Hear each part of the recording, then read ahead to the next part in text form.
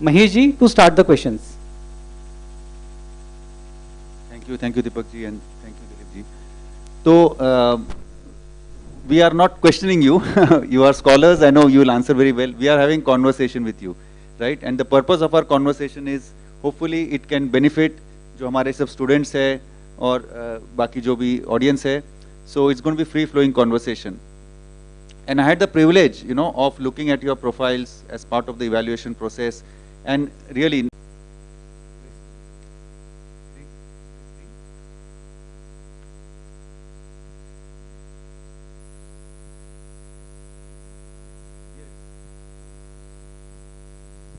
Basically, what motivated me to do the PhD first of all, and then what the PhD had impact on me, right? Someone on that line. So I think the first motivation for me to do a PhD was because I have an identical twin. Sorry, a twin, but we are fraternal. And I was like, why are we not identical? हम दोनों के जीने के बाद भी हम same क्यों नहीं दिखते हैं जैसे बाकी ट्विन्स दिखते हैं? ये क्वेश्चन इतना सताता था मुझे, एंड देन सारे बायोलॉजी रिलेटेड वियर्ड क्वेश्चंस माँ बाप को पूछती थी, and they were always so puzzled कि इसको कहाँ से आंसर लाके दे जो ये समझ पाएगी. तो आई थिंक वो जो एक क्यूरियोसिटी ड्रिवन अप्रोच था पहले से ही, हर चीज़ को क्वेश्चन करना, तो तब थोड़ा सा से फीलिंग आया, बट पता नहीं था रिसर्च क्या होता है. And my parents thought maybe इसको डॉक्टर बनना होगा, that's why so biology related questions. But डॉक्टरी आसान नहीं है, like we all know. I was like मुझसे याद नहीं होगा. And that's when I got to realise कि डॉक्टरी के पीछे, सो ऑल द मेडिसिन के पीछे is a lot of research that happens, and that research provokes medicinal development. That's where I was like, okay, this is something that I relate to, and I will do a PhD or a research career, not necessarily PhD, but a master's and a BSc. Okay, PhD, I don't know how, it just went with the flow. And I think this is something that I learned later on during my PhD. The impact that my PhD had on me, first of all, a lot of gray hair, which I'm sure you cannot see right now because they're all colored, but a lot of gray hair. And later on, of course, I mean, the other impacts are learning how to manage your time well. Because I think बचपन में हम school में सब सीखते हैं, abacus, algebra, पता नहीं क्या क्या, मम्मा पापा तबला क्लास भी लगा देते हैं, बट जो रियलिटी ध्यान में आती है बाद में वो ये है कि आप चाहे कितना भी मल्टीटास्क कर लो, आपको टाइम मैनेजमेंट आना बहुत ज़रूरी है. बिकॉज मल्टीटास्किंग तो दुनिया कर सकती है, मगर साइंटिफिकली तो मोर देन 2 टास्क 80% एफिशिएंसी से नहीं कर सकते. तो टाइम मैनेजमेंट सीखना है. For me that was a very important impact that my PhD had on me, a learning. And I think impact is a very slow and gradual process, क्योंकि वो ऐसा नहीं था कि भाई मुझे ध्यान में आ गया कि हाँ ये इम्पैक्ट हुआ है PhD से. वो जब आपने क्वेश्चन पूछा, I am like okay let's look at the 5 years of PhD, 4 years of PhD, and then I realised कि प्रॉबली मेरी टाइम मैनेजमेंट बेटर हो गई है. मेरा पेशेंस बहुत ज़्यादा बड़ा है, because I thought I was very patient, but believe me, when an experiment does not work in a lab, और you don't get a result which you wanted so desperately, you lose your patience, you become frustrated with it. And I think the 4 years of journey taught me a lot of patience. These are the 2 important things I would say everybody should have, no matter if you're doing a PhD or not. Patience and time management. I think then you can achieve what you like if you put your mind towards your goal. Yeah, I think that's what I would say. Wonderful. And really, you know, it began with that curiosity. And Dr. Tejas, you know, I was looking at your profile, very impressive again. You know, you did MBBS, and I also request all of you, when you speak, just, you know, your name, your... This UPSC journey, our horizon widened a lot. Like before this, I had a very limited understanding of the world, my field, only the patients and the narrow understanding of the world. UPSC opened the doors for me. Like I sometimes joke with my friends, now I can converse with you, you put me... Your questions ready. You know, once we finish our questions, we would like you to ask live questions and put them on the spot, on the hot seat. Okay, so keep thinking what question you want to ask. And I now request Deepak ji to continue. हम सब ने अभी वो एक नई movie आई थी 12th fail देखी होगी. किसी ने 12th फेल एक्सपीरियंस भी किया है क्या? Thankfully no. So I think हम सबकी लाइफ में 12th फेल जो मूवी थी उसने ये बताया कि चैलेंजेस होते हैं, बट उस चैलेंजेस को कैसे ओवरकम करना। हमारे साथ में जो कुछ स्कॉलर्स अभी हैं उनमें से कुछ यूपीएससी टॉपर्स हैं, कुछ आई एम बैंगलोर से, they have passed out, there are some CA rank holders. If we look at the challenges, so these are immense challenge, और उन सब को पार करते हुए they have come to this stage. I would request Sanjana Marda ji to kindly tell us about her challenges, what she overcome. In fact, just to give a brief about Sanjana ji has overcome her hearing, she has a disability in terms of hearing. She has overcome that. She has cleared her CAT exams, and she has been, you know, a great scholar from IIM Bangalore. So I would request Sanjana ji to give us some insight in terms of your journey, which was in terms of your disability and how you overcame that disability and your challenges, I mean, post your qualification. So thank you for the introduction. So again, to introduce myself, I am Sanjana and I was born in Kolkata and I studied in Tamil Nadu. After passing out from class 12, so that was one thing which I had made it a point to break all those shackles, all those thought perceptions in the society. So I decided to believe more in myself. The point here is, if you don't believe in yourself, how will you clear all your challenges? So what I did is, I did not see them as a roadblock. Rather, it was the other way out. I used to ask people for help, and I learned the best way possible to gain their trust. Another challenge that I faced along the way was the peer pressure. There were so many people who had no disability at all, and they were doing so well in life. But I had that disability, so I was always surrounded by the peer pressure in my academic challenge. So, but the point here was, I had to take time for myself and try to tone down what others are talking around me. I had to show them what I am capable of. That should be my strength. So there will be a lot of societal expectations, lot of negative thoughts around you. All you have to do is believe in yourself. That is the only thing I would like to say. So Sanjana ji, you've been working in... Thank you.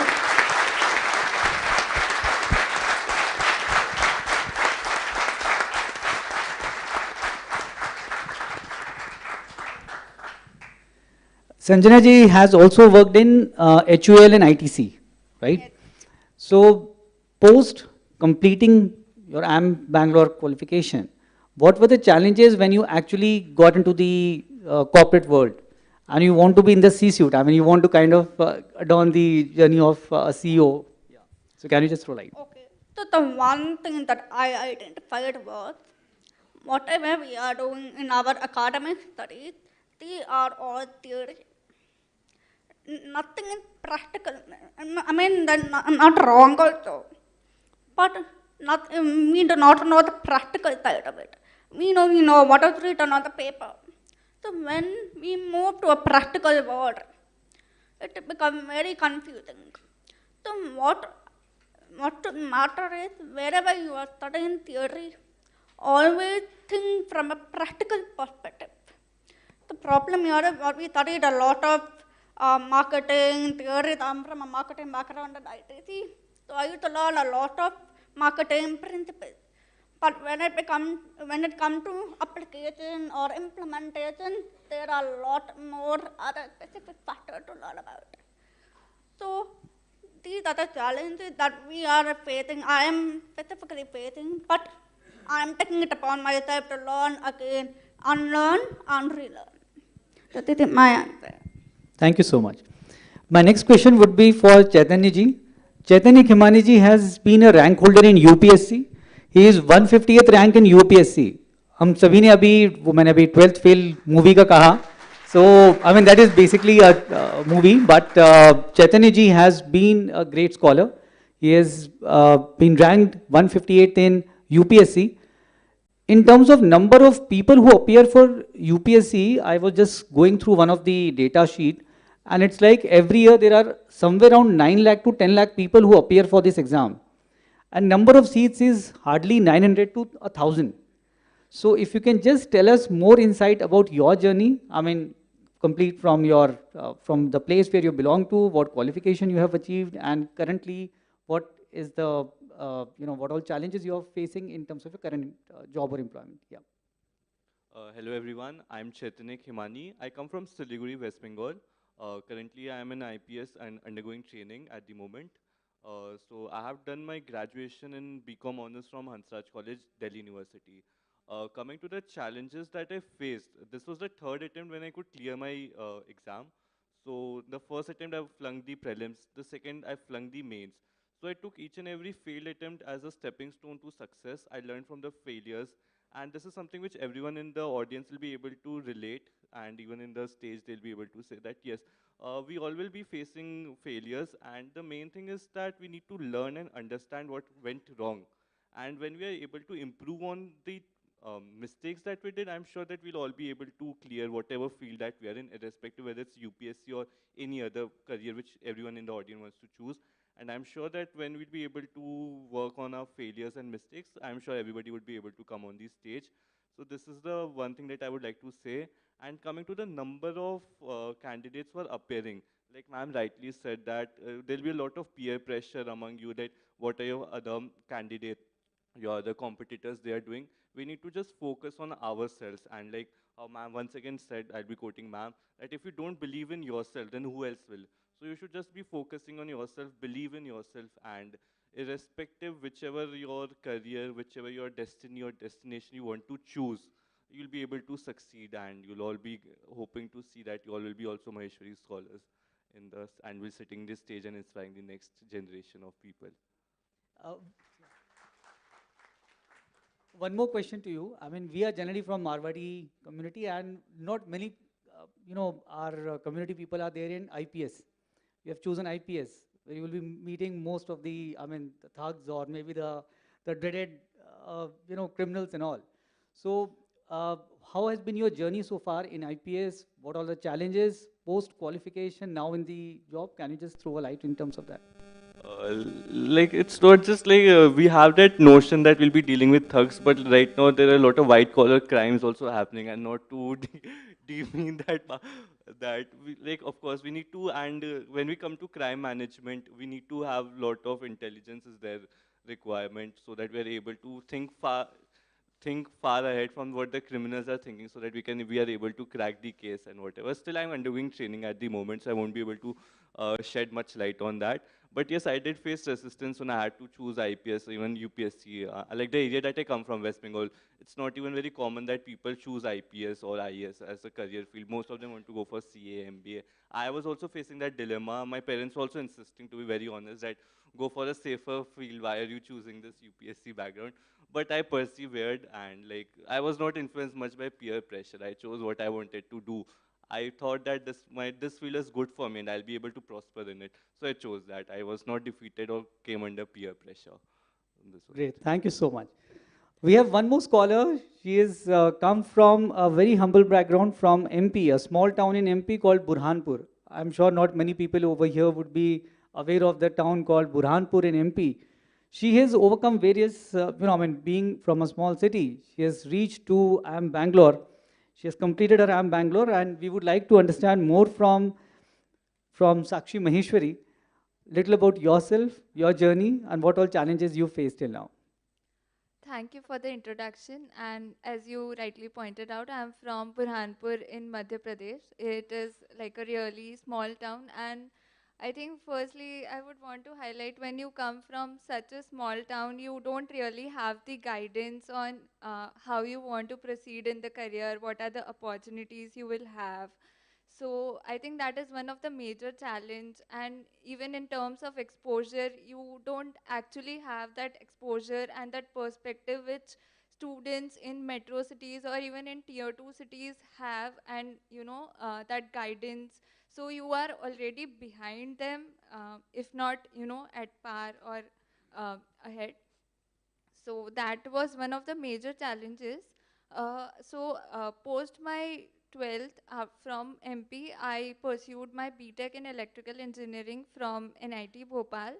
And that was also the time, like during my final year, I had like severe lower back pain, spine injuries, and all of that. So, I mean, that time I decided to pursue CAD because that was also the year of COVID-19. So, couldn't focus much on my placements, and luckily CAT went well and everything happened.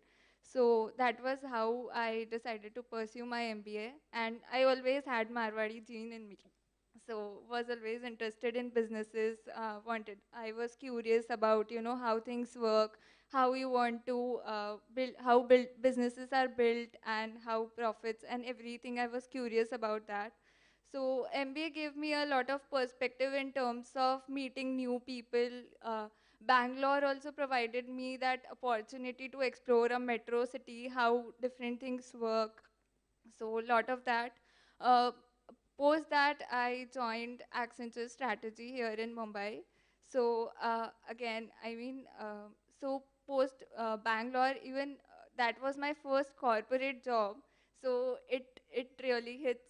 It really gives you a reality check because still being a student is easy. You know live in hostels. Everything is easier. And then when you come back on your own, you are doing a corporate job. Even MBA does not teach you how practical world works, so how things happen. And here I am at Accenture Strategy. I'm working as a management consulting analyst. So consulting taught me a lot of different things. It is a steep learning process, to be honest. So how do you manage people relationships, stakeholders who are involved, how to manage all of that while also delivering value to the clients who are there. So a lot of different things. Yeah. Thank you so much, Sakshi. I'll just pass on to Mahesh ji for the next question. Great, great. I think wonderful aspirations you have, impact you want to create, and challenges you have to overcome. Now, as we look into the last, specifically Vivek and Shraddha, we will be asking you. And this is really, if you see so many students here, we are at a crossroad. India is at a crossroad, right? So on one hand, we are the fastest growing large economy. On the other hand, we are now the largest, country with the largest population. We say there's Amrit Kal ahead. I was just reading an article in Times of India yesterday that the students in America are now telling their juniors in India, don't just blindly come to US. There are opportunities. So we see some opportunity. We also see some challenges like AI and digital. We hear jobs will go away. We also see some new things evolving. So if you see your side, we have 50% women as scholars, so that's great. And that will be the future also. So, all these things are happening. And if you have to give some advice or your perspective to the students, how to look at the next 25 years, how to seize the opportunity, the India opportunity, we would love to hear your thoughts. Sure, thank you. Thank you for the opportunity, MVPM. So first I'd introduce myself. I think a few of you were here last year, and promising scholar Arjun Zawar mentioned, if MVPM is a company, then we are the products of it. So I'm an ex-Lahotian, a full-time, a lifetime member of MVPM, alumni of MVPM. Thank you. Having spent 6 years of my life in MVPM, under the roofs of MVPM, I can see a lot of committee members here who have nourished me and helped me grow. So I completed my BTech from VIT, Pune, and I worked for a year, and then I joined FMS Delhi to complete my MBA, and now currently I'm working as program manager at Amazon. So to answer the question which sir asked, so I feel once we are entering Amrit Kal, there will be two major opportunities. Sir rightly mentioned that a lot of students outside India are mentioning that they are joining on a junior position when compared to the students who are here in India. But if you are entering Amrit Kal, it's also a responsibility in a way for us, that it won't, we won't be able to just continue borrowing technology from abroad or other companies and just build something out of it in India. We'll have to take a step forward and dive deep in the research field also in order to invent and innovate new things for the Amrit Kal that we have for the next 25 years. So I feel the first opportunity that we will have is with respect to research. I come from a technical background and don't have much knowledge about the medicinal or other fields, but from a technical background also, I can say that like we are facing a hard time in finding right resources in India. So I was hiring data scientists for my team at Amazon, and we are facing a lot of hard times in finding it, because you need a right mindset of a mix of maths, mix of economics, mix of finance, and all of those combined in an individual, which comes only from research, because those are research-backed field. So I feel first opportunity that India will have is with respect to research. We'll have to break our taboo and go out of there, wherein people don't, after our like 10th and plus 2, all what we believe is only engineering, then maybe medicine or some OCA, to be honest, in the Marwadi community at least. But there are a lot of other opportunities available with respect to research in maths, in biotechnology and other things, which we should explore, which will help us in the Amrit Kal. And the second would be, once we have the technology in place, we'll have to ensure that this technology reaches the right people in the right place and at right price also. So that's when entrepreneurship will come into play. So these are the two mixes that is really essential in my view and will be helpful in Amrit Kal. Wonderful, wonderful. And I think what you're saying, Chandakji will really tell us the way forward on that. And I think coming to you, Shraddha, you know, very interesting, coming from Solapur, you are in BCG and you want to be an entrepreneur, right? So I think that's the women power. So how do you see the next 25 years? How can women really seize the opportunity? Yeah, okay. So just a bit about myself. I am a chartered accountant. I am from Solapur and right now working at BCG, which is the management consulting firm. So yes, I think India is the land of opportunities right now. This is our time, and a lot of study, also proves this. India is growing at a faster rate. And of course, there is a lot of work that is happening around building physical infrastructure as well as digital infrastructure. And along with that, I would say, okay, so one important thing is India is looked upon as a young nation. So an average age of people in India is around 29 years, whereas in the developed countries, it is like 39 and above. So in order to capitalize on these young talents, I think it is important that the health and education facilities reach to, even the reach to all of the people, even in the rural sections, so that we can capitalize on this opportunity and build on it. In terms of women, I would like to say at all the corporate levels, there is this diversity and inclusion kind of concept which has come into play, where women are given equal opportunities. They are motivated to join the field force. They are given flexibility in terms of work. So I think there is nothing stopping us, and in fact, I would say women have more ability to multitask and manage the things that is in the genes, I would say. So given that, there is nothing stopping us behind. There is a lot of development that is happening within India, which can be captured, which can be leveraged.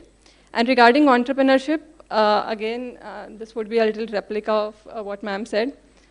Being Marwadi, I'm also grown up in a family where I've seen businesses being built, and that gives me a motivation to build my venture. I feel it creates a wider impact on the society, because there you are influencing life of many people when you are giving a kind of empowerment. Whether how large the business would be or versus the opportunities which are in job, I think the impact which it has on the overall ecosystem, not only on the employees, but also on the stakeholders, but also on the customers, that drives me to go there. So that is why I think I would prefer being an entrepreneur rather than going into the job. Wonderful, wonderful. Great, great. Yeah. Also, I would like to add on, coming to Amrit Kal, next 25 years, since I see that all of us are youth in the auditorium. So we've got a lot of tremendous responsibilities towards our country as well. So I would like to quote John F. Kennedy. He had said in 1961, I guess, Don't ask what the country can give to you, but ask what the country, what you can give to the country. So this is one thing which is very important. And this is something that we must all imbibe, that what we can do for the country, that is also very important for all of us to imbibe right now, if we look at the next 25 years. Wonderful, wonderful. Just one last point I would like to add. World is moving very fast. Things are changing really rapidly. What will, somebody who has the ability to keep the process of unlearning and relearning on and on, that person will go, ahead a lot. If you look at like artificial intelligence, etc., more than the thought of whether this will take away the jobs or not, it is important to look to it from a point of view that how this can be leveraged and what benefit can we derive from it. Because a lot of opportunities will be created even in that space. A lot of corporations, multinational companies, and even the startups are looking into how they can leverage the Gen AI thing and how they can build up, go a step ahead. So when there are challenges, there are opportunities. So if you look at it from a point of view of an opportunity, I think a lot is unexplored, and there is a right time to explore it in the coming 10 to 20 years, I would say. Great, great. I mean, I will just add a little bit on this, just because I think sab samajh aa raha hai, like especially for the students. But then let's say when you're applying for a job or thinking, chalo ab company kholna hai or whatever, you want to have your own venture, the first question that sometimes comes in our heads is, nahi ho payega. Because I think this happened with me just very recently, and I was like, and then I think it just hit me, okay, I started with a no. I should have rather started with my research. Is it possible? कितनों ने किया या फिर मुझे क्या knowledge चाहिए है? Do I need a friend who is in another field who's going to help me with this? Rather than starting with a no, because I think वो एक approach हमें change करना चाहिए, right? Because सोच, I mean, आप अभी सबको सुन रहे हैं, I think अगले साल भी हम और सबको सुनेंगे, और मैं खुद भी बहुत से लोगों को सुनते आए हैं. But then वो सुन के छोड़ देना sometimes is that, और फिर inherent nature पे आ जाना कि नहीं मुझसे तो नहीं होने वाला है.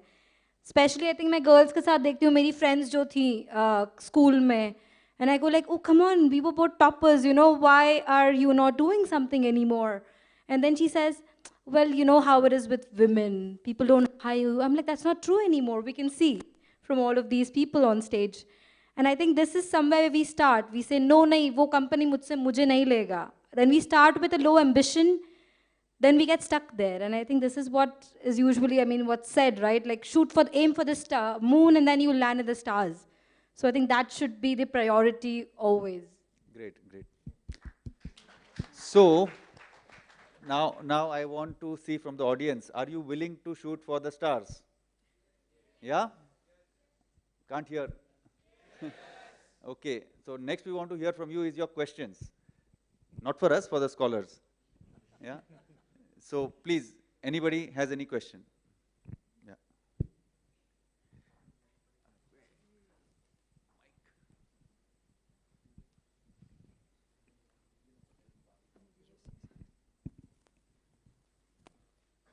Good afternoon, I am Krishna. I have a question for both of you, Vivek sir and Sakshi ma'am, that both of you did MBA after engineering.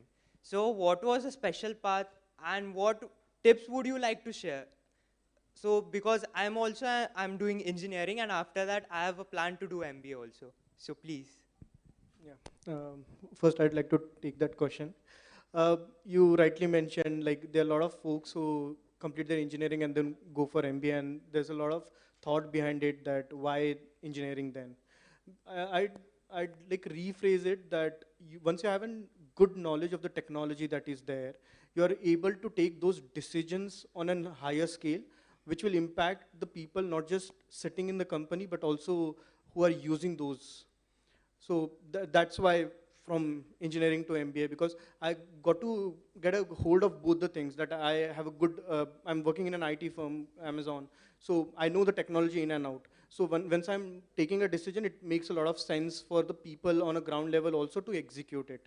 And from a tips perspective, I'd say like a few of the panelists also mentioned, like it's not about, all of us here in some way or the other look at things in a binary version. It's either losing or winning. But there's a lot of path in between, which is learning. Focus on the learning. Okay. I'd say like we can have a detailed conversation on how to crack CAT. We'll have a lot of those things. But first, believe in yourself. Start taking those chances in and out, and maybe then you'll be able to convert the best college in India and maybe abroad as well. Yeah. I think sir rightly pointed out. I would also like to add, like the world currently is lot of technology driven. So anything you see currently, even in MBA you go, you will see everything being technology driven. So being from an engineering background just helps you with that. And not just during your MBA, even as you start your corporate career, everything is technology driven currently, especially after COVID. So I think, and apart from that, engineering, like my undergrad college, helped me explore a lot of paths, which also got me interested towards MBA. And before engineering, I feel that you are not very much clear about things, what you want to do in life. So that also gives you time to explore of what you want to do and understand what you want to pursue. And in terms of tips, I think, yeah, we can have detailed conversations on that later. Thank you so much.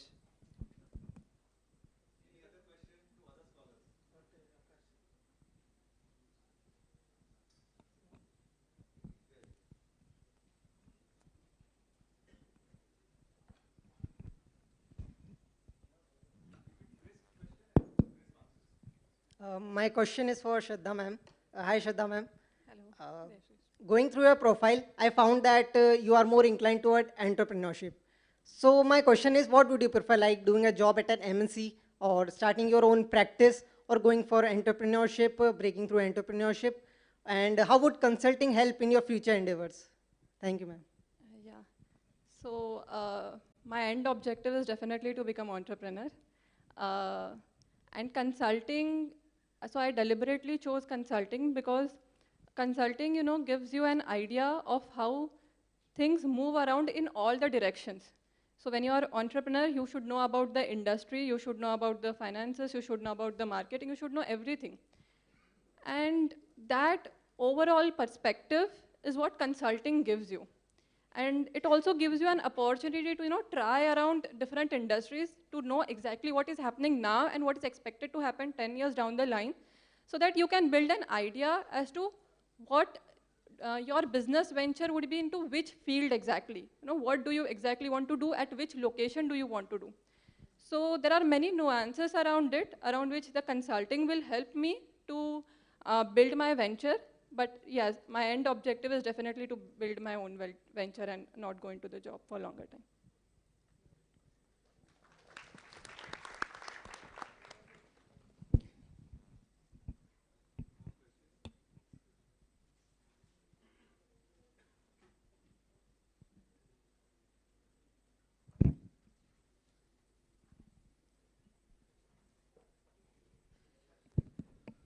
Hello Vivek, मेरा Krishna sir. Specific question तुम्हारे लिए है।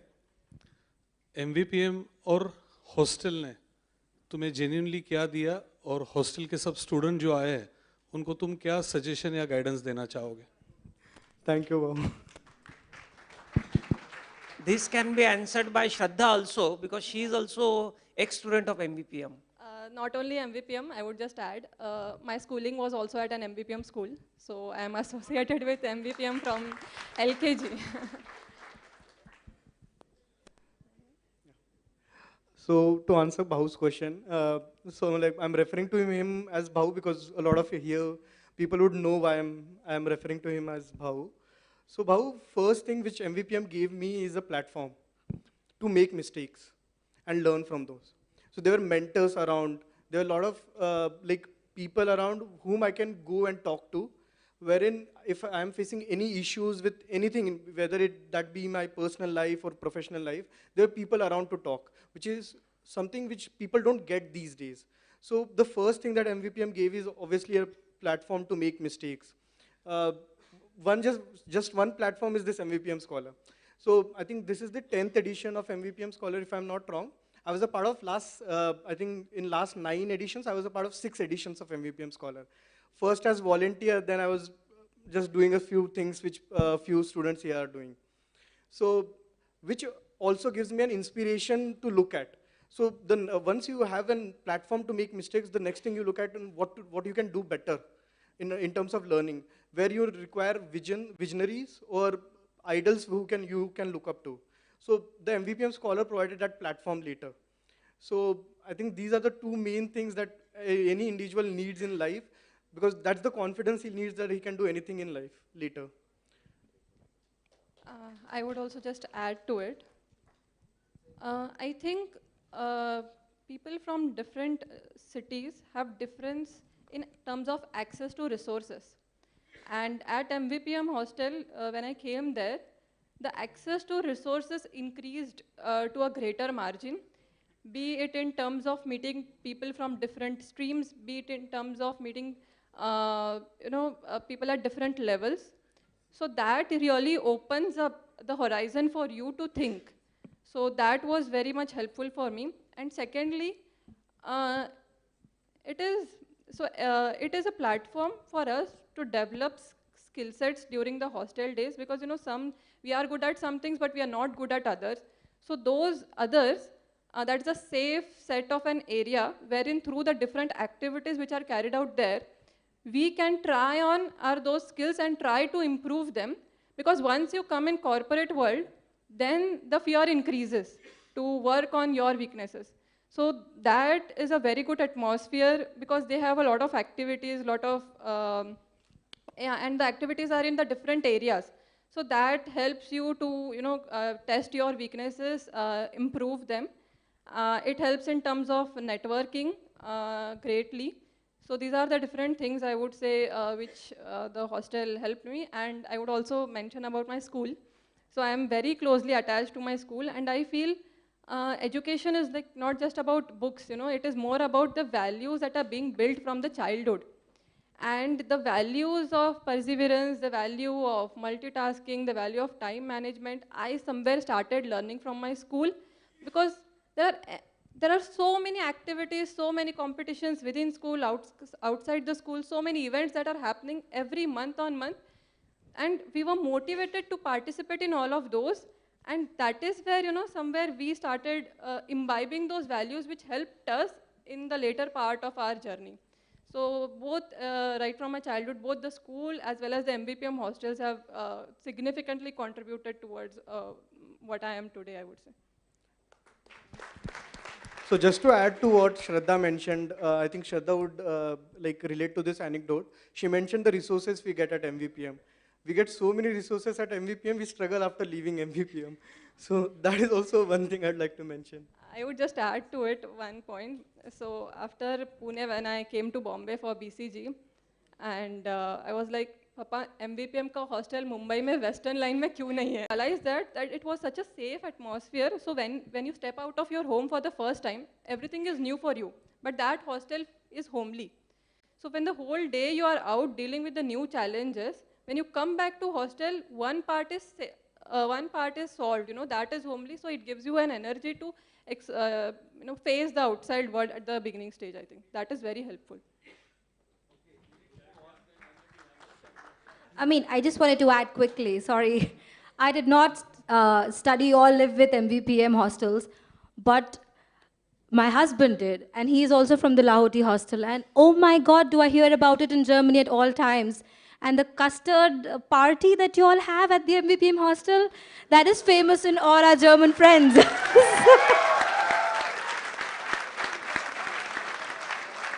So thank you, MVPM. Yeah. So just one point I wanted to add. Listening to Shraddha, I recall that, yes, I am also an MVPM product. I have been schooled in the Damani High School for 10 years, and it was one of the best time.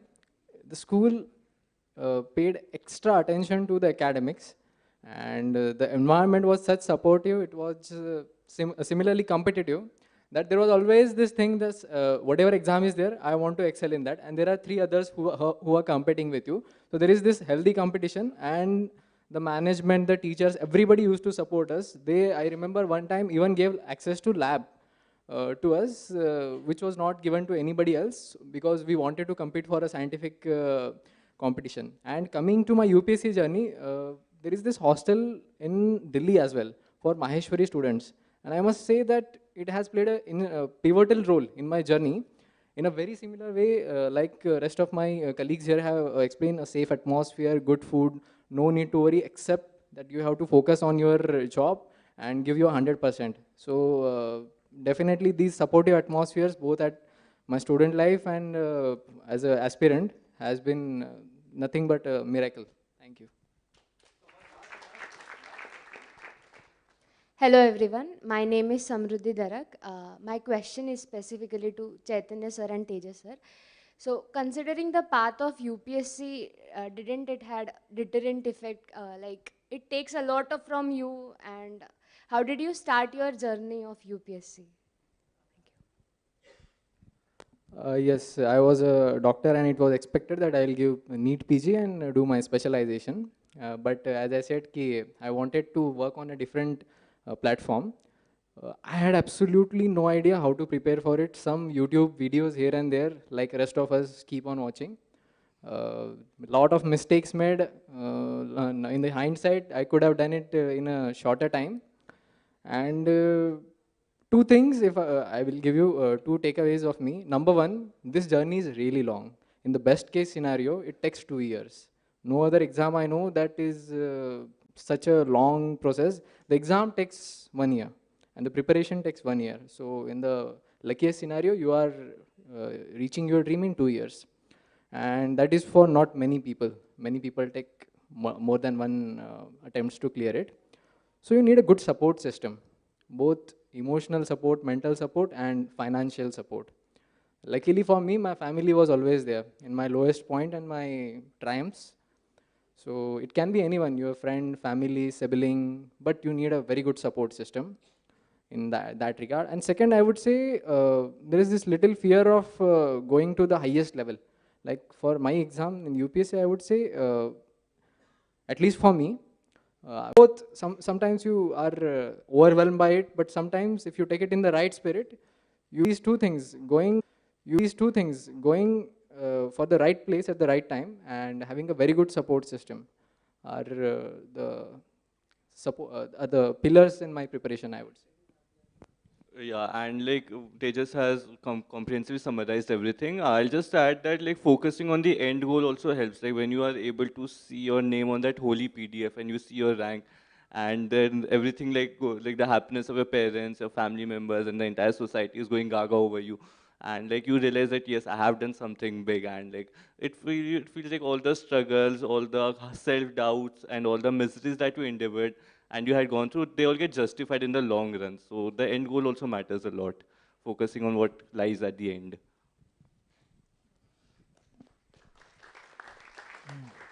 So we know there are few more questions out there, but our scholars will be available for Chai Pe Charcha, right, when we break at 4:30. So please continue the interaction with them, and I request all of you to be available. With that, we end this session and hand over to Dilip ji. Hello, धन्यवाद। जैसा कि महेश जी ने कहा कि प्रश्न बहुत हैं और उत्तर के लिए स्कॉलर्स भी तैयार हैं, पर कहते हैं ना कि समय का अपने मर्यादा है। और हमारे आज का जो दूसरा सेशन है वो भी बड़ा ही इंटरेस्टिंग होने वाला है। एक बार ज़ोरदार तालियां हो जाए हमारे सभी स्कॉलर्स के लिए, विशेष हमारे मॉडरेटर्स महेश जी, दीपक जी के लिए। किसी ने सही कहा है, जो मज़ा सफ़र में है वो मंजिल में नहीं। इनकी बातों को सुनकर ये लगा कि इन्होंने सफ़र का बड़ा मज़ा लिया है। तो एक बार आप सभी का तहे दिल से हार्दिक अभिनंदन। आइए अब हम चलते हैं कार्यक्रम के अगले पड़ाव की ओर, और अब हम बुलाते हैं आज के हमारे मुख्य वक्ता आदरणीय श्री सुनील जी चांडक को। आपका विषय है एंटरप्रेन्योर माइंडसेट एंड सक्सेस। आपकी जोरदार तालियों के बीच हम आमंत्रित करते हैं Sunil ji Chandak.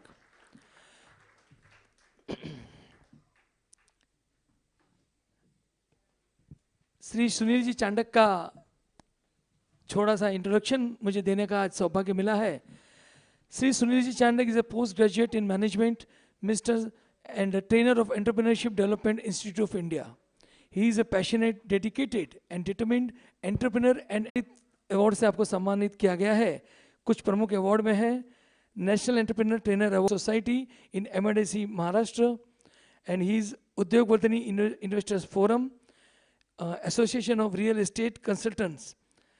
He is associated with many other private organizations also, like Friends of Tribal Society Nasik, Ashoka Training Institute, Spin Global Pharma Producer Company.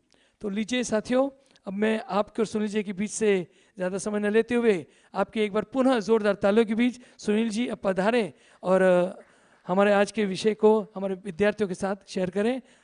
Over to Sunil ji. Thank you very much.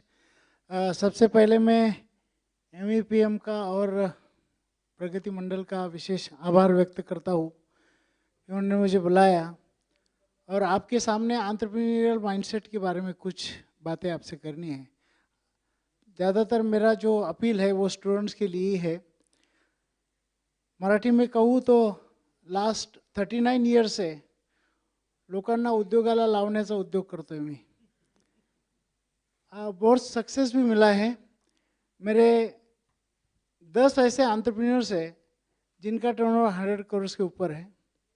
200 ऐसे entrepreneurs हैं जिनका टर्नओवर 10 करोड़ से ऊपर है और ये सभी first generation entrepreneurs हैं. तो नेचुरली वो एंटरप्रेन्योरशिप का जज्बा सब में लाने के लिए मेरी कोशिश जारी है और आपको भी मैं कुछ बातें बताऊंगा ताकि आप भी सोचें. जब करियर के बारे में हम बहुत कंफ्यूज होते हैं, हमें क्या करना है, इंजीनियरिंग करना है, डॉक्टर करना है, ये करना है, लेकिन एंटरप्रेन्योरशिप के बारे में भी आप सोचें. ये बस कहने के लिए आपके साथ मैं खड़ा हूँ. तो बेसिकली जरा थोड़ा स्लाइड, हम एंटरप्रेन्योरशिप के बारे में क्यों सोचे. नेक्स्ट स्लाइड कोई है क्या? हाँ. तो बेसिकली क्यों सोचे हम एंटरप्रेन्योरशिप के बारे में. एक तो ऑफकोर्स किसको नहीं पैसा चाहिए, है ना. अनलिमिटेड वेल्थ तो हम एंटरप्रेन्योरशिप के माध्यम से ही हो सकती है. यहाँ के स्पॉन्सर भी एंटरप्रेन्योर है इसलिए वो स्पॉन्सर कर पाए, है ना. तो अगर आपको पैसा चाहिए, बहुत बड़े पैमाने पे चाहिए, तो एंटरप्रेन्योरशिप इज द ऑप्शन, है ना. मैं खुद गवर्नमेंट जॉब कर चुका हूँ. I was equivalent to class 1 post. मैं जब जॉब छोड़ा 1995 में, तब मेरी सैलरी थी 16,000. मैं 4 डिस्ट्रिक्ट का इंचार्ज था. आज मैं 9.5 लाख रुपए सैलरी बांट रहा हूँ. अगर एंटरप्रेन्योर नहीं होता तो ये पॉसिबल ही नहीं होता था. सो फ्रेंड्स, एंटरप्रेन्योरशिप में वो सब दम है जो, और इंडिया में जैसे हम कह रहे हैं कि एक अमृत काल चल रहा है, बहुत अच्छी ग्रोथ अपॉर्चुनिटीज़ है, तो हम लोगों ने एंटरप्रेन्योरशिप के बारे में ही सोचना चाहिए. दूसरी बात जो है, हम सबको एक ख्वाहिश है कि हम यंग रहे हमेशा. जैसे हमारे वसंत लाल जी आज भी यंग है एट द एज ऑफ 83, है ना. तो यंग रहना अगर चाहिए तो एम विटामिन मिलना चाहिए. पैसा अगर मिलता रहे तो आदमी यंग रहता है. क्यूरियोसिटी बनी रहे तो आदमी यंग रहता है. ये क्यूरियोसिटी, एंग्जाइटी आपको बिजनेस में ही मिलती है. स्टीफन हॉकिंग आपको सबको पता है, 53 इयर्स जिसने व्हीलचेयर पे गुजारे. उसको पूछा गया, आपको पता है कि वो उसका सिर्फ ब्रेन काम करता था. उसको पूछा कि how can you be so live, so active. उसने कहा कि it is the curiosity, it is the anxiety that keeps me live.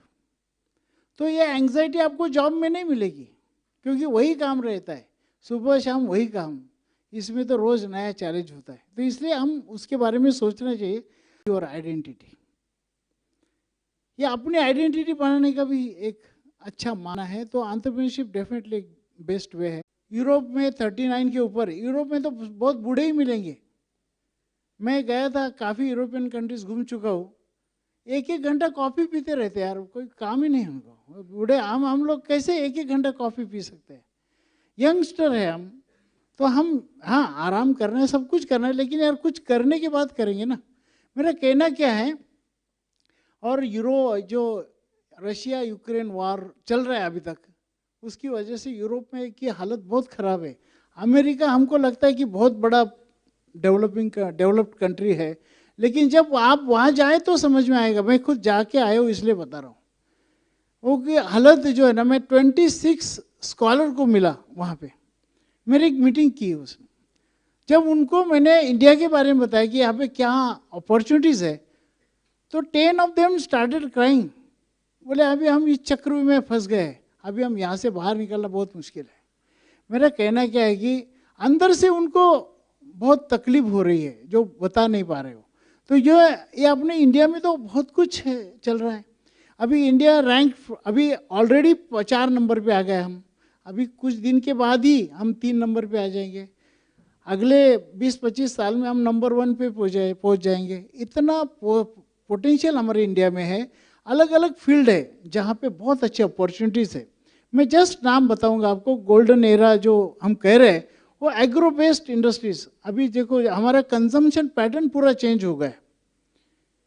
Corona की वजह से क्या हुआ, लोग क्या बोले अभी खाओ पियो मौज करो।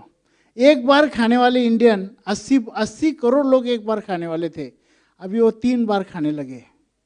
हमारा कंजम्पशन 12 लाख करोड़ की मार्केट हो गई तैयार सिर्फ प्रोसेस फूड प्रोडक्ट की। तो इतना बड़ा मार्केट हो रहा है, इसमें तो काम करे उतना कम है। एग्रीकल्चर जो इसको अभी तक हमने कभी इंडस्ट्री के जैसे देखा ही नहीं, वो एग्रीकल्चर को अगर हम इंडस्ट्री के हिसाब से देखेंगे तो डेफिनेटली एग्रीकल्चर जितना तो पोटेंशियल वर्ल्ड में कहीं नहीं है, इंडिया में इतना ज़्यादा है। तो कहना क्या है कि एक एग्रो बेस्ड इंडस्ट्रीज है, रेंटल लॉजिस्टिक इंडस्ट्री बढ़ रही है, non conventional energy, solar energy के ऊपर बहुत सारे काम हो रहा है। अभी सूर्योदय योजना हमारे पीएम ने बताई, जिसमें 1 करोड़ लोगों को सोलर रूफटॉप लगाया जाने वाला है, और तो बहुत कुछ होने वाला है। सोलर है, बायोमास है, विंड एनर्जी है, इसमें बहुत अच्छे बिजनेस है। ई कॉमर्स, ऑनलाइन बिजनेस जिसको हम कहते हैं, ये तो बहुत अच्छी तरह बढ़ रहा है। Average rate growth rate in this industry is 72%। अभी हम लोग सब कुछ ऑनलाइन ले रहे हैं। अभी हमारे जो लोग आईटी या कंप्यूटर एजुकेशन ले रहे हैं, उनकी जो उन्होंने जो टेक्नोलॉजी के लिए दूसरों की तरफ काम कर रहे हैं, why don't they put there mindset their mind into this business और कुछ करें। हम अमेज़ॉन के लिए कर रहे हैं, हमें इंडिया में भी हमारा एक अपना एक अमेज़ॉन बन सकता है, माहेश्वरियों का एक कुछ अलग बन सकता है।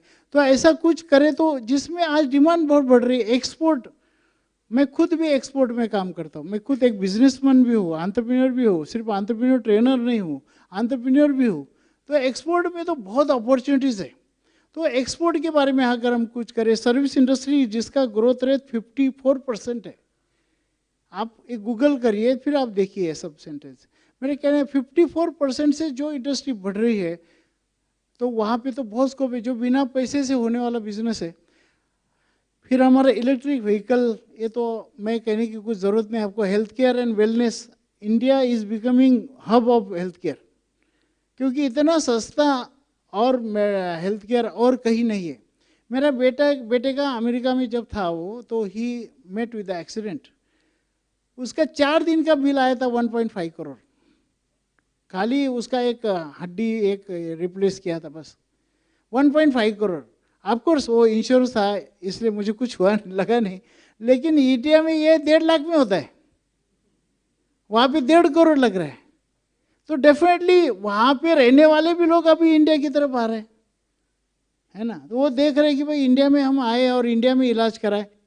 कहना क्या है कि ऐसे वेलनेस सेंटर, और अभी ये हमारे पास तो क्या है, नेचर केयर है, योगा है, आयुर्वेदा है, ये सब के ऊपर अभी सब लोगों का अट्रैक्शन हो रहा है, क्योंकि इससे बहुत अच्छे रिजल्ट भी आ रहे हैं। मुझे खुद लास्ट ईयर बहुत सारे प्रॉब्लम आए health related, but when I went to Jindal nature care institute, मैं पूरा क्योर हो गया और बहुत अच्छी तरह अब फिर से वही काम कर रहा हूँ। मेरा कहना क्या है कि ये सब चीज़ों की इंडिया में बहुत अच्छी डेवलपमेंट हो रही है, उसमें हम काम कर सकते हैं। शेयर मार्केट, म्यूचुअल फंड, अभी शेयर मार्केट का आपको पता होगा कि 10 लाख करोड़ का डेली टर्नओवर हो रहा है। ये चीज़ तो हमें जानना ही चाहिए, वी मस्ट नो इट, और उसमें एक्टिवली इन्वॉल्व होना चाहिए। और बाकी टूरिज़्म, ट्रैवल इंडस्ट्री, ये तो बहुत बड़े पैमाने पे बढ़ रही है। आपको पता होगा अभी जस्ट रिसेंटली हमारा राम मंदिर ओपन हुआ, एस्टिमेट है ये राम मंदिर का कि 10 करोड़ लोग विजिट करेंगे। 10 करोड़ लोग average they will spend 2500, not 25,000, 2500, that comes to 25,000 crores एक राम मंदिर से 25,000 करोड़ का टर्नओवर होने वाला है। और अभी तो हमें काशी वो भी हुआ है, तो वहाँ पे 8 लाख करोड़ विजिटर हुए। अभी तो मथुरा बाकी है, अभी तो बहुत कुछ बाकी है। मेरा कहना क्या है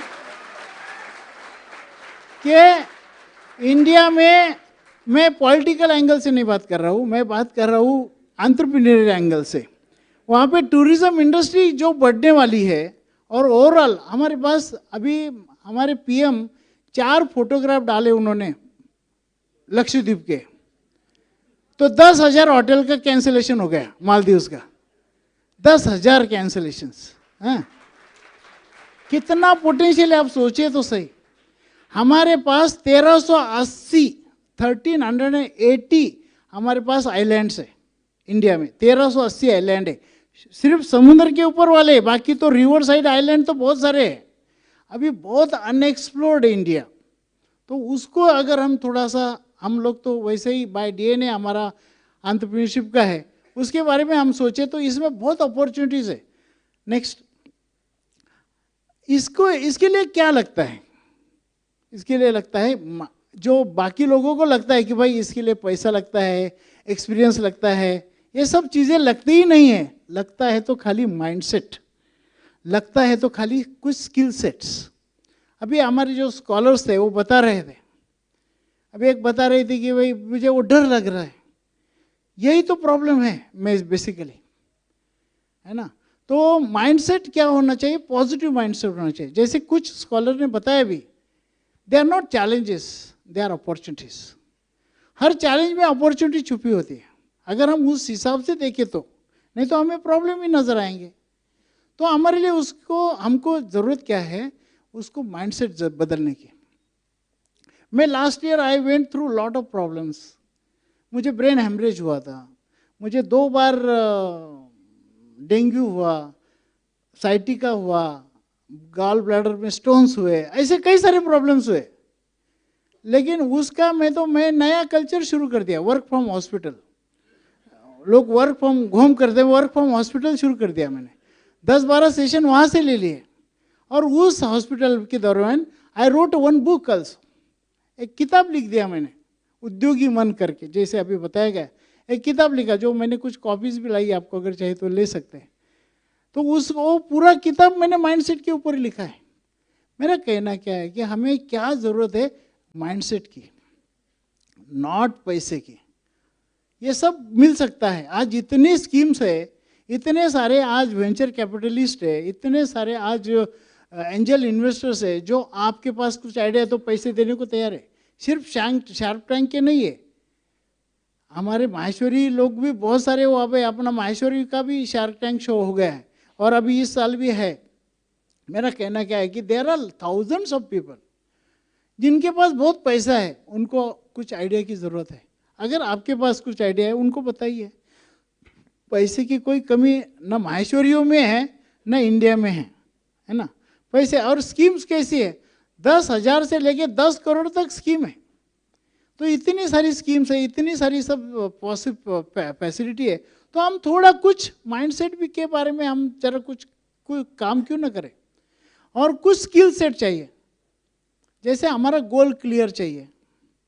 बहुत सारे लोगों को पता ही नहीं, अभी जब इनको डॉक्टर होने के बाद पता चला कि I am not good for this, I am better for social job, तो उन्होंने वो चेंज कर दिया। तो हमारा गोल क्लियर होना बहुत ज़रूरी है। जैसे कोई लोग बता रहे थे कि start with and in mind, ये ध्यान में रखिए। फर्स्ट प्रिंसिपल है, एक किताब है स्टीफन कोवे की, 7 secrets of highly successful people. उसका पहला सीक्रेट बताया गया है, start with and in mind. आपको क्या बनना है, इसका विजन आपके सामने होना चाहिए। अगर वो विजन है तो आप उसके लिए पैशनेट हो जाएंगे। वो पैशनेट होना ही एंटरप्रेन्योरशिप के लिए बेस है। अगर आप पैशनेट है, अभी मैं 62 ईयर्स में भी पैशनेट हूँ। आज भी मैं 15-16 घंटे काम करता हूँ। नरेंद्र मोदी 18 घंटे काम करते हैं, अमिताभ बच्चन 20 घंटे काम करते हैं 83 ईयर में भी। ये क्या है? ये कंस्ट्रक्टिव कामों में अगर आप बिजी रहते हो तो आपका वो पैशनेट आप अपने आप हो जाते हो। मेरा कहना क्या है, वो चाहिए आपको, रिस्क टेकिंग एबिलिटी। अभी देखो, रिस्क नहीं है ऐसा कोई चीज़ तो मुझे ही पता नहीं। जॉब में रिस्क नहीं है क्या? हर जगह रिस्क है। चलने रास्ते पे चलने में भी रिस्क है, क्या पता कल हो ना हो।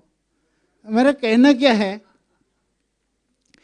जब हर जगह रिस्क है तो आज की तारीख में रिस्क नहीं लेना यही सबसे बड़ी रिस्क है। तो थोड़ा और रिस्क लेके हम बिजनेस के बारे में क्यों ना सोचे, जो कि हमारा डीएनए है ना। तो रिस्क टेकिंग, इनोवेटिवनेस, हमेशा कुछ नया करने की सोचना चाहिए, कुछ अलग, कुछ डिफरेंट, कैसे करूं मैं, वो अगर आप सोचते हो तो yes there is a big future. और अभी तो इनोवेटिव ही चीज़ चाहिए, हर चीज़ मिल रही है, लेकिन जो कोई इनोवेशन लाता है उसको लोग एक्सेप्ट करने को तैयार है। तो आप कुछ इनोवेटिवनेस आपके पास आना चाहिए, systematic planning, monitoring, opportunity seeking. Opportunity तो हर जगह है, खाली देखने के लिए वो आए चाहिए, वो माइंडसेट चाहिए, है ना। नहीं तो हम प्रॉब्लम ही देखते रहेंगे तो अपॉर्चुनिटी दिखेंगी नहीं। वो तारक मेहता देखते होंगे आप, उसका सेंटेंस क्या है, प्रॉब्लम तो है सबके साथ, सिर्फ नजरिए की बात। तो आपका नजरिया खाली चेंज करो, हर प्रॉब्लम में आपको अपॉर्चुनिटी नजर आएंगी। वो चाहिए हमारा माइंडसेट में, हमारा कंसर्न चाहिए हाई क्वालिटी। अभी वो दिन गए, चलता है, कुछ फर्क नहीं पड़ता, ये सब शब्द हमारे इसमें से हटने चाहिए, और उसकी जगह हम बस और अच्छा मैं कैसे देख सकता हूँ इसके बारे में हमने सोचना चाहिए। और फिर उसके साथ कमिटमेंट टू वर्क कॉन्ट्रैक्ट है, कमिटेड रहना चाहिए। मैं हॉस्पिटल में भी कमिटेड था इस काम के लिए, और 103 टेम्परेचर जब था तब भी मैं कमिटेड था। कोरोना में जब मुझे कोरोना हुआ था, मेरा स्कोर 24 था, उस टाइम में भी मैंने लेक्चर्स लिए हैं। मेरे यूट्यूब चैनल पे आप देखिए, उद्योग वर्धिनी करके हमारा यूट्यूब चैनल है, उसमें आपको कई सारे एंटरप्रेन्योर्स के इंटरव्यूज़ मैंने लिए हैं। मेरा कहना क्या है कि आपके अंदर ये सब बातें हैं तो you just think about entrepreneurship. आपने सोच, इतनी सारी आज हमारे ओपनिंग्स है दोस्तों, तो हमने जरूर सोचना चाहिए। अभी next, why we should think about, ये उद्योगीवन किताब है, ये आप बाद में देख सकते हो। नेक्स्ट, माहेश्वरीज ने क्यों सोचना चाहिए एंटरप्रेन्योरशिप के बारे में। आप सब लोग माहेश्वरी हो यहाँ पे। पहली बात, ये तो हमारा डीएनए है ना। हम सबको बिजनेस सिखाने की कोई ज़रूरत नहीं है, हम बाय बर्थ हमारे पास वो सब स्किल है, लेकिन हम उसको कुछ भूल रहे हैं, और बस कुछ छोटे मोटे पैकेजेस में हम खुद पैक हो रहे हैं। इससे जरा बाहर आना चाहिए। आप जॉब मत करो ऐसा मेरा नहीं कहना है, लेकिन जॉब भी ऐसे लगन से करो, ऐसे वे से करो कि उस जॉब में सीखी हुई बातें आप अपने बिजनेस में ला सके, खुद का कुछ कर सके। ओके, अपनी रिपुटेशन क्या है। हम लोग लोटा लेके आए और बड़े बड़े एम्पायर खड़े किए। अभी मैं वसंत लाल जी से बात कर रहा था, वो आए इगतपुरी से, वो बोलते थे कि मेरे 7 साल रिजर्वेशन के बगैर मैं रेल से गया हूँ। कोई भी ऐसे दरवाज़ा खटखटाता था, जो कोई दरवाज़ा खोलता था उसमें जहाँ बैठने मिले जगह या खड़े रहने जगह मिले तो वो जाता था। हम लोग भी बहुत बड़े दिव्य से गए। मैं 7वीं में खुद एक किराना व्यापारी का भी लड़का हूँ।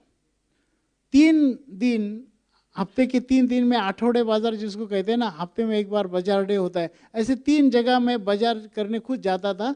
अपनी पोट्री ये बांध के एक ट्रक में जाके हम लोग वो एक कांटा लगा के सब कुछ बेचते थे। वही मैं हूँ जो आज 70,000 लोगों की लाइफ बदल चुका है। ये किसी की ये नहीं है, मोनोपोली नहीं है, हम सब कोई कर सकते हैं। खाली हमारे अंदर ये स्किल सेट होना चाहिए जो हमारे अंदर ऑलरेडी है। मेरा कहना क्या है कि अपनी रिपुटेशन है।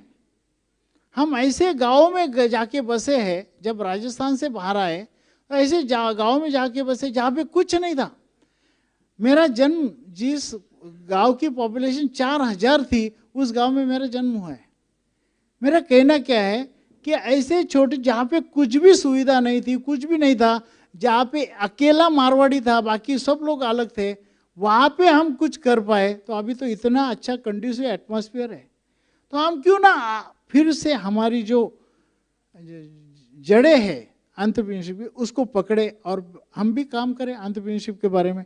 अभी मैं तो आप माहेश्वरी महासभा जो है महाराष्ट्र प्रदेश की, उसके लिए भी ये काम कर रहा हूँ। कल ही मेरा सोलापुर में लेक्चर है, सोलापुर में पूरा माहेश्वरी महाराष्ट्र महासभा की एक मीटिंग है, वहाँ पे मैं इसके बारे में बता रहा हूँ, क्योंकि ये हम भूल रहे कहीं तो भी, ये हमारे जड़े है उसको भूल रहे हैं हम, कोई तो भी एक छोटे मोटे पैकेज के पीछे पड़े हैं।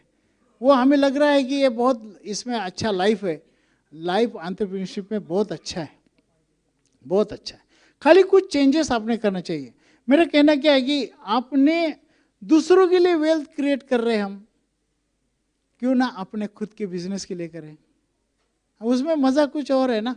मैं भी काम करता था गवर्नमेंट में, मेरी तो क्लास 1 की पोस्ट थी जो मैंने छोड़ दी, क्योंकि वहाँ पे आइडेंटिटी नहीं थी। कहना क्या है दोस्तों कि आप भी ये करें, और आपको क्या करना चाहिए, आपका हर किसी का छोटा मोटा कुछ फैमिली बिजनेस हो सकता है, होगा ही, उसको नेक्स्ट लेवल पे कैसे ले जाए इसके बारे में हम सोचें। मेरे बेटे ने भी MS किया सैन फ्रांसिस्को से, उसने MS किया एंटरप्रेन्योरशिप एंड इनोवेशन में गया। जब कोरोना चालू हुआ वो आया, ऑफकोर्स कोरोना की वजह से नहीं आया, कोरोना की वजह से 3 महीने पहले आया, but he was determined to come back in India only, और यहाँ पे ही कुछ करने के लिए ही मेरा बिजनेस जो है वो ऑनलाइन लेके गया। आज मेरा जो सिर्फ नासिक में काम करता था मैं, मेरा बिजनेस उसने 6 स्टेट में फैला दिया है। 6 स्टेट्स में अभी उद्योग वर्धिनी काम कर रही है, 6 स्टेट्स में काम कर रही है, और हमारे कस्टमर्स तो इंटरनेशनल में 60 कंट्रीज के लोग हमारे प्रोग्राम में पार्टिसिपेट हुए। रिसेंटली पाकिस्तान की एक लेडी ने भी हमारे प्रोग्राम में पार्टिसिपेट किया है। अमेरिका की दो लोग हमारे यहाँ पे अभी के बैच में पार्टिसिपेट कर रहे हैं। मेरा कहना क्या है कि टेक्नोलॉजी हम क्यों ना लाए हमारे ही बिजनेस में, हमारा तो ट्रेनिंग का बिजनेस है। जो मेरे बेटे ने उसको एकदम नेक्स्ट लेवल पे लेके गया। मेरे पास सिर्फ 7 लोग काम कर रहे थे, आज मेरे पास 32 लोग काम कर रहे हैं। मेरा टर्नओवर एक 3 करोड़ के अंदर था जो अभी 15 करोड़ तक हो गया। ये अगर मेरा बेटा नहीं आता था, और उसको मैं आपको ऑफकोर्स हमारे सीनियर्स जो भी यहाँ पे बैठे हैं उन्होंने भी क्या करना चाहिए, they must give freedom to the child. उसको क्या चाहिए, फ्रीडम चाहिए और कुछ नहीं चाहिए। मेरे बेटे ने जब आया मुझे बोले पापा आई जस्ट वांट 2-3 थिंग्स। बोले क्या? बोले पापा मुझे पूरा फ्रीडम चाहिए और 10 लाख क्या उसके ऊपर भी कुछ लेना है तो आपने मुझे अड़ाना, कुछ बीच में नहीं पूछना है कि क्यों चाहिए क्या चाहिए। मैंने दे दिया। गाड़ी भी बदलना है, बोला क्या? अब मेरे पास इको स्पोर्ट, बोले BMW लेना, बोले ले लो BMW, और क्या चाहिए। उसको जब ये मिल गया जो उसको एक्सपेक्टेड नहीं था, वो अच्छा जॉब छोड़ के आया अमेरिका का। मेरा कहना क्या है कि अगर आप लोगों को फ्रीडम देते हो, हमारे बच्चों को फ्रीडम देते हो, तो अपना बिजनेस बिल्कुल नेक्स्ट लेवल पे जा सकता है, क्योंकि इनके पास टेक्नोलॉजी है, इनके पास सिस्टम्स है। हमारा पहला बिजनेस जो था माहेश्वरियों का, वो पर्सन ओरिएंटेड था, सब पर्सन ओरिएंटेड था। अभी जो बिजनेस हो रहा है वो सिस्टम ओरिएंटेड हो रहा है, टेक्नोलॉजी ओरिएंटेड हो रहा है। तो वो टेक्नोलॉजी हमारे जो भी बिजनेस है उसमें लाए और कुछ नया भी वेंचर करे, तो मेरे ख्याल से really Maheshwaris will have a big future, no doubt about it. हमारी लोक संख्या, हमारी जो पॉपुलेशन है 10 लाख के अंदर है, फिर भी हम इतना कर रहे हैं। तो मेरा कहना क्या है कि अब सब लोग हमारे, फिर भी कुछ लोग जॉब कर रहे, कुछ ये कर रहे, तो थोड़ा अगर हम बिजनेस की तरफ आए तो हम इंडिया के ग्रोथ, जो हम इंडिया के बारे में बात कर रहे हैं, हमारे भारत के बारे में बात कर रहे हैं, तो इंडिया नीड्स एंटरप्रेन्योर्स। आज की समय की मांग है कि एंटरप्रेन्योरशिप में बारे में हम सोचें। आज हमारे पास सब कुछ है, रॉ मटेरियल की कुछ कमी नहीं है, इतना वेस्ट हो रहा है। 1.25 लाख करोड़ का एग्रीकल्चर वेस्ट है खाली, बाकी तो और वेस्ट की गिनने सुनूंगा तो ये 10 घंटे लग जाएंगे, इतना वेस्ट कर रहे हैं हम। मैन पावर में कोई प्रॉब्लम नहीं, 144 करोड़ जहाँ पे पॉपुलेशन है वहाँ पे मैन पावर की क्या कमी है। एक ऑस्ट्रेलिया तो हर साल हम पैदा कर रहे हैं। हमारे मिडिल क्लास जो है पूरे यूरोप से भी बड़ा है। मिडिल क्लास पॉपुलेशन 63 करोड़ से, यूरोप की पॉपुलेशन 58 करोड़ है। यूरोप से भी बड़ा मार्केट हमारा है।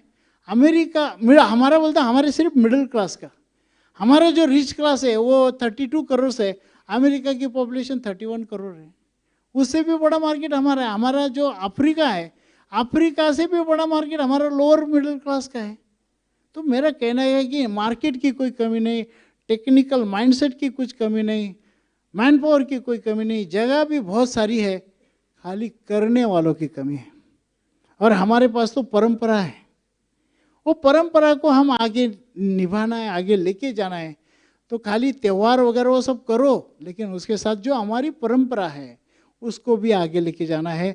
हम फिर से एक बार पुनरुत्थान करना है हमें, फिर से एक बार हम एंटरप्रेन्योरशिप के बारे में अगर सोचे, I think India has got, Maheshwaris have very good future and definitely अगर माहेश्वरी का ब्राइट फ्यूचर है तो इंडिया का अपने आप हो जाएगा। So thank you very much. ऐसे तो बहुत कुछ है। ये हमारी वेबसाइट उद्योग वर्धिनी शिक्षण संस्था, ये हमारी संस्था है। काफ़ी कुछ चीज़ों में हम काम कर रहे हैं, इंक्यूबेशन में भी काम कर रहे हैं, मेंटरिंग का काम है, कम्युनिटी बना रहे हैं, अलग अलग फील्ड की नेटवर्क का है, कोर्सेस है बहुत सारे। You can just visit our website. और एक बुक जो भी मैंने कहा वो भी मैं कुछ कॉपीज़ 7-8-10 कॉपीज़ है मेरे पास, वो भी आप चाहे तो ले सकते हो। और हमारे यूट्यूब चैनल से भी आप जुड़िए उद्योग वर्धिनी नाम से, तो उसमें भी बहुत सारे इंस्पायरिंग स्टोरीज़ आपको मिलेगी। 250 के ऊपर मेरे खुद के एंटरप्रेन्योर्स की स्टोरीज़ वहाँ पे आपको सुनने मिलेगी। तो मेरा कहना क्या है कि भाई आप ज़रा एंटरप्रेन्योरशिप के बारे में बिल्कुल सोचें। जो हमारा हेरिटेज है, जो हमारी परंपरा है, उसको हम बस आगे ले जाए, यही हमारे लिए चैलेंज है। So any questions if you have, I am ready to answer, क्योंकि टाइम का लिमिटेशन है, ऑलरेडी 4:30 हो रहे हैं। कुछ अगर सवाल है तो मैं अगले 5-10 मिनट आपको दे सकता हूँ। If you have any questions, yes.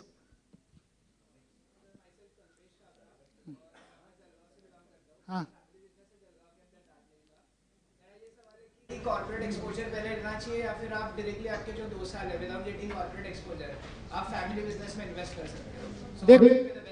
देखो कॉर्पोरेट में तो काम मत ही करो, ये तो मैं जरूर, आप छोटी इंडस्ट्री में काम करो, क्योंकि कॉर्पोरेट कल्चर है ना डिफरेंट है। आप उसका स्टडी करो, लेकिन उसमें काम करने से आपको कुछ अलग ही लगेगा। अरे क्योंकि वहाँ पे क्या है, मार्केटिंग का डिपार्टमेंट अलग है, फाइनेंस डिपार्टमेंट अलग है, ऑपरेशन डिपार्टमेंट अलग है। एंटरप्रेन्योर को तो सब कुछ एक ही अकेले ही करना पड़ता है। तो हम कोई छोटी इंडस्ट्री में काम करो, अगर करना ही एक्सपीरियंस लेना है तो छोटी इंडस्ट्री में काम करो। और एकदम छोटे इससे भी आप शुरू start going in the business. बहुत सारे लोग ऐसे हैं कि जो अपनी दुकान या अपनी फैक्ट्री या अपना जो कुछ भी एंटरप्राइज है वहाँ पे जाते भी नहीं है, उनको मालूम ही नहीं कि यहाँ पे क्या चल रहा है। At least start going, know the business. मैंने क्या कहा, मेरे बेटे को जब अमेरिका भेजा मैंने, उसके पहले मैंने क्या किया, उसको एक हमारी अशोका बिल्डकॉन करके कंपनी, सिविल इंजीनियर था, उसको वहाँ पे 1 साल काम करने को बोला, और 1 साल उद्योग वर्धिनी जो मेरी संस्था है वहाँ पे भी उसको जॉब करने को बोला।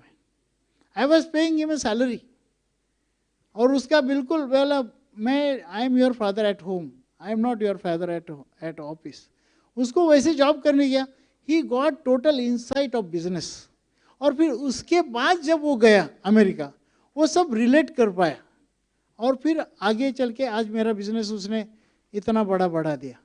मेरा कहना क्या है कि आप छोटे मोटे इंडस्ट्री में काम करो, और अगर थोड़ा बहुत एक्सपीरियंस लो, अपने ही घर में एज ए जॉब करके एक्सपीरियंस लो, समझ लो बातें कहाँ पे कमियां हैं। अभी क्या है कि पुरानी जो हमारी टेक्नोलॉजी थी वो चेंज होने की टाइम है, पुरानी जो हमारी सिस्टम थी वो सिस्टम चेंज होने ज़रूरी है। हमारा ऑनलाइन प्रेजेंस, डिजिटल प्रेजेंस जो नहीं था वो करने की ज़रूरत है ना। चाहे आप कोई भी बिजनेस करो, आपका डिजिटल प्रेजेंस होना बहुत ज़रूरी है। तो आपका ये सब अगर हम थोड़ा इंटरवेंशन कर सकते हैं तो मेरे ख्याल से हमारा बिजनेस जो आज अगर नहीं बदले तो ख़त्म हो जाएगा। आपको एक बताओ, आप दाल मिल की बात कर रहे हैं, लातूर में एक बहुत बड़ी दाल मिल थी, मैं नाम नहीं लूँगा, दाल मिल थी, उनका बेटा जॉब करके फिर स्विट्ज़रलैंड चला गया। वो इतनी बड़ी दाल मिल थी, पूरे महाराष्ट्र में उनकी दाल फेमस थी, वो दाल मिल बंद हो गई आज। मेरा कहना है, मैंने ऐसे लोग देखे कुछ माहेश्वरी के, जो ऐसे बच्चे देखे। जालना में मैं गया था, जालना में एक ट्रेड फेयर था, माहेश्वरी ट्रेड फेयर, वहाँ पे गया था। मुझे कुछ ऐसे लोग मिले, एक ऐसा मुझे बच्चा मिला, वो जॉब कर रहा है, उसके घर का क्या है, बोले स्टील का यूनिट है, क्या टर्नओवर है, 1000 करोड़, 1000 करोड़ का टर्नओवर है, और ये 2 लाख रुपए का जॉब कर रहा है। ये कितनी बुरी बात है ना, हम लोगों के लिए 2 लाख रुपए में काम कर रहे हैं, यहाँ पे हम तो सैलरी 10 लाख रुपए 50 लाख रुपए दे रहे हैं। मेरा कहना क्या है दोस्तों कि आप जरा हमारे फैमिली बिजनेस में, उसमें बहुत सारी कमियां हैं। ऑफकोर्स आपके पेरेंट्स जल्दी शायद ना ये करें, थोड़ा उनको कन्विंस करें, बताइए तो ज़रूर होगा ये सब, लेकिन ये परिवर्तन लाना अभी हमारी जिम्मेदारी है, आप यंगस्टर्स की जिम्मेदारी है। हमारे फैमिली बिजनेस को और अच्छी तरह नए ढंग से doing the things in a different way, है ना। वो शिव खेरा का फेमस कोट पता है, winners don't do different things, they do the things differently. वो डिफरेंटली कौन कर सकते हैं? आप यंगस्टर्स, आपके पास वो माइंडसेट है, ग्रोथ माइंडसेट है आपके पास टेक्नोलॉजी है, आपके पास सिस्टम्स है, आप सिस्टम में बिलीव करने वाले लोग हो। तो बस वही चीज़ें हमें हमारे बिजनेस में लाने हैं। तो हमारा बिजनेस, आप कहाँ जॉब करें, आप 10 लोगों को और जॉब देंगे आप। So do that way. Thank you. और कुछ? यस, हाँ।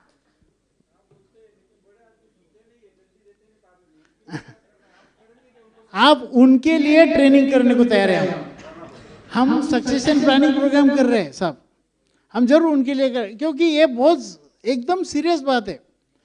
क्योंकि देखो अभी देखो, मैंने ही 29 ईयर्स नहीं, मैं तो 35 ईयर्स समझो, मेरे 35 ईयर्स का मैंने पूरा एम्पायर खड़ा किया था, और वो अचानक से मेरे बेटे को दे दिया मैंने, क्योंकि मैं जानता था, मैं समझता था। नहीं तो नेचुरली मेरे दिल में भी यार ये क्या करेगा, कैसे करेगा, मिला नहीं यार, चलो अभी वो करने को तैयार है तो let him enjoy the thing. उसको पूरा फ्रीडम दे दिया मैंने। बोले देखो मेरे क्या शौक है, मेरा शौक है लोगों को डेवलप करने का, मेरा शौक है लोगों को बनाने का, वो मैं कर रहा हूँ। मैं ट्रेनिंग का काम छोड़ा नहीं है, लेकिन मैं मैनेजमेंट का काम पूरा छोड़ दिया, जो एडमिनिस्ट्रेशन का काम है पूरा छोड़ दिया। ट्रेनिंग तो आज भी दे रहा हूँ, वो शौक है मेरा, वो पैशन है मेरी, वो कर रहा हूँ मैं। आपको आपकी लिमिटेशंस मालूम होना ज़रूरी है, और आप क्या अच्छा कर सकते हो ये अगर आप समझ पाए तो मेरे ख्याल से सब लोग समझ पाए। अपने ही बिजनेस के लिए ज़रूरी है। आपको एक बात और राज की बात बता दो, जो जॉब कर रहे हैं उनके घर में डाइवोर्स भी बहुत हो रहे हैं। ये बात मैंने स्टडी की बात कर रहा हूँ, मैं स्टडी की बात कह रहा हूँ, जो हमारे समाज की एक बहुत बड़ी समस्या है। जॉब कर रहे दोनों हस्बैंड वाइफ जॉब कर रहे हैं, तो नेचुरली वहाँ पे प्रॉब्लम होने वाली है। बिजनेस जहाँ पे बिजनेस का बैकग्राउंड है वहाँ पे डाइवोर्स बिल्कुल कम नहीं के बराबर है। तो भाई क्यों कर रहे हैं हम? आप जरा सोचिए। तो ये मैं स्टडी के बाद बता रहा हूँ, ये स्टेटमेंट मैंने 100 फैमिली का स्टडी किया है, 100 फैमिली का, उसके बाद ये बात बता रहा हूँ मैं। ओके, और कुछ? Any questions? So I hope you are all thinking about entrepreneurship. हम सब स्पेशली जो यंग स्टूडेंट्स है यहाँ पे बैठे हुए सबको मैं, और इवन जो स्कॉलर्स है उसमें से 2 लोग एंटरप्रेन्योरशिप के बारे में सोच रहे हैं। बहुत अच्छा लगा मुझे वो सोलापुर वाली लड़की का, वो I am very happy to, आप एंटरप्रेन्योरशिप के बारे में सोच रहे हैं चार्टर्ड अकाउंटेंट होने के बाद भी। ऑफकोर्स ऐसा सोच अगर स्कॉलर्स रख सकते हैं तो हम भी रखें ना, हम भी सोचे कुछ हमारे फ्यूचर के बारे में, अपने फैमिली के फ्यूचर के बारे में, अल्टीमेटली हमारे इंडिया के फ्यूचर के बारे में। Thank you very much. Thank you Sunil ji, आपका तहे दिल से हार्दिक अभिनंदन। आपकी उद्योगी मन की जो शोधा तुमच्यात दडलेला उद्योजक, त्यातली 2 ओळी म्हणतो मी की तुम्ही मनाने तरुण असाल तर तुमचं व्यक्तिमत्व एक उद्योजक बनण्यासाठी अतिशय अनुकूल असू शकतं। मनाने तरुण असण्याचा अर्थ असा आहे की तुम्ही अजूनही अनेक अनभिज्ञ असलेल्या गोष्टीबद्दल जाणून घेण्यासाठी उत्सुक आहात। हे खूप चांगल्या लाईन ओळी जे आम्हाला म्हणजे लोकांना प्रमोट करतील। Thank you Sunil ji for a very wonderful nice talk. अब कार्यक्रम को वैसे 5:30 बजे के कार्यक्रम के पूर्व आज के इस कार्यक्रम को हम समापन की ओर ले जाते हैं, और धन्यवाद प्रस्ताव में सर्वप्रथम हम धन्यवाद देते हैं हमारे आज के keynote speaker trainer Sunil ji Chandak का। आपने अपना बहुमूल्य समय निकालकर यहाँ पधारे और हम सबका ज्ञानवर्धन किया। इसी क्रम में हम आभारी हैं, हमारे बीच चेयरमैन स्कॉलर्स कमेटी के श्री गोपाल जी काबरा उपस्थित हैं। आपने भी अपना मूल्य समय देकर स्कॉलर्स का उत्साह बढ़ाया। अनिल जी लावटी प्रेसिडेंट MBPM पुणे एवं उनकी पूरी टीम, सभी ट्रस्टीगण जिन्होंने इस तरह के आयोजनों के साथ एक बच्चों के मन में कहते हैं ना, जो मीट द स्कॉलर्स वाला जो एक हमने आज यहाँ पे एक प्रयोग किया, वो प्रयोग वास्तव में बहुत ही इसलिए लाभकारी रहेगा कि बच्चों ने खुल के अपने मन की बात कही, बच्चों ने खुल के अपने प्रश्न पूछे जो शायद अवार्ड सेरेमनी में संभव नहीं था। तो मैं जिन्होंने भी जो MVPM की स्कॉलर्स कमेटी द्वारा जो चयनित बच्चे किए गए और जो ये प्रोग्राम डिज़ाइन किया गया, उन सभी का हम तहे दिल से हार्दिक शुक्रिया करते हैं, अभिनंदन देते हैं। हमारे दोनों ही मॉडरेटर्स दीपक जी और महेश जी, जिन्होंने बहुत कई दिनों की मेहनत करके एक बहुत ही आप जैसे स्कॉलर्स को सवाल पूछना एक अपने आप में बड़ा टास्क था, उसको बखूबी पूरा किया। और आज का जो पूरा कार्यक्रम था ये MVPM के स्टूडेंट्स द्वारा ही किया गया था। यानी MVPM के बारे में अगर मैं कहूँ तो MVPM को अगर हम 4 लाइनें समर्पित करें और MVPM के साथ जुड़ के हम कैसे काम कर सकते हैं उस बारे में कहूँ तो आइए साथ मिलकर, आइए MVPM के साथ मिलकर नई सोच के साथ नई योजनाओं को चुनें, नए लक्ष्य निर्धारित कर नए आयामों को चूमें, नए जोश नए जुनून के साथ नई संभावनाओं को तलाशें, माहेश्वरी समाज की छुपी शक्ति को खोजें, निखारें और तराशें। तो MVPM पिछले 94 सालों से ये कार्य करते आ रहा है। एक बार पुनः सभी का अभिनंदन, विशेष धन्यवाद सभी स्कॉलर्स का और विशेष धन्यवाद सभी ऑडियंस का जिन्होंने बड़े पेशेंसली सभी को सुना। और हम चाहते हैं कि अगले वर्ष इन्हीं में से कुछ बच्चे इस मंच की जो दूरी है वो तय करेंगे। एक बार पुनः आप सभी का धन्यवाद। जय हिंद, जय भारत।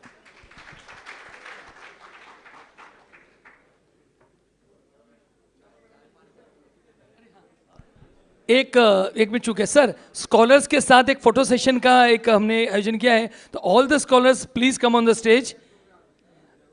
हमारे आज के जो 7 स्कॉलर्स जो यहाँ पे आए थे, प्लीज एक बार पुनः आ जाएं, हम एक फोटो सेशन उनके साथ लेना चाहते हैं।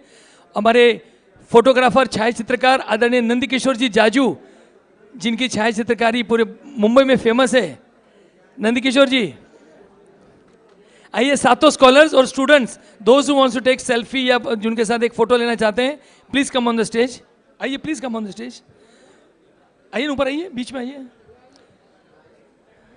ऐसे खड़े हो जाइए। आगे फोटो के बारे में दीपक जी गाइड कीजिए, कैसे लेना है जो। आइए आइए, अरे आइए आइए, मंच आपका है। हाँ हाँ, आप सभी से निवेदन है कि हाईटी आप सभी का बाहर इंतजार कर रही है, कृपया हाईटी लेने पधारें एवं शार्प 5:25 पर आप सभी वापस से अपने अपने स्थान को ग्रहण कर लें।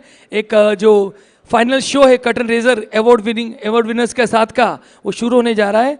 All the students please come on the stage, जो इनके साथ एक सेल्फी या फोटो सेशन। विजेंद्र जी, मालू जी,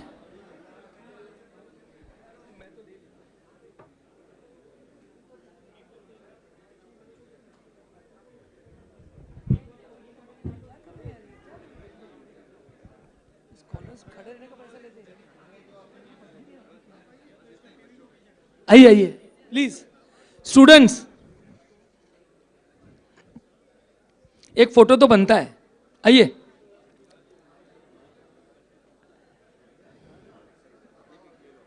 बिल्कुल आइए आइए।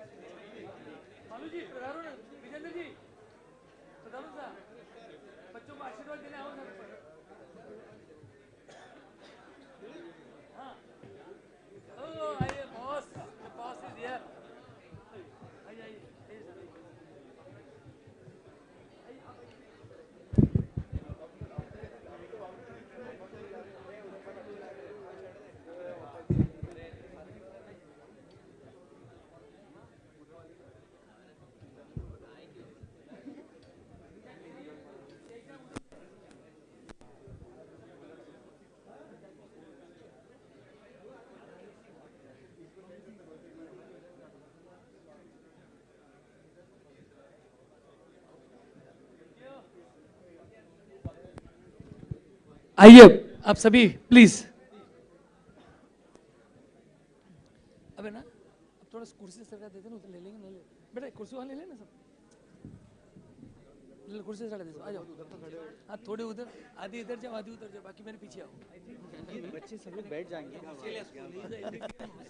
सही है ना? दमानी।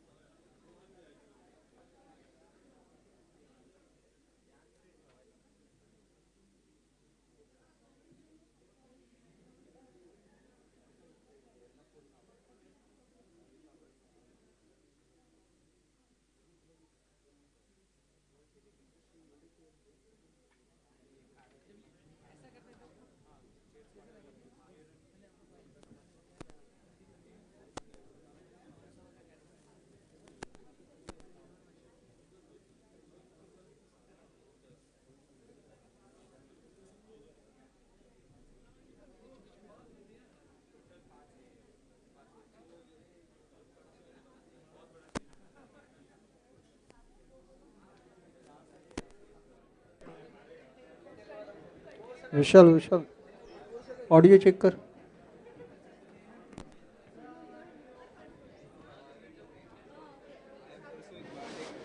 हेलो विशाल,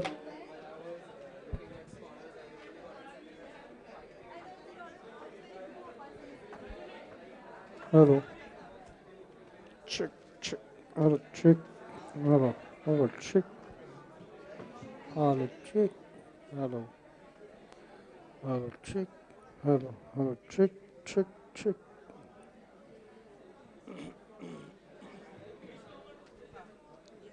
हेलो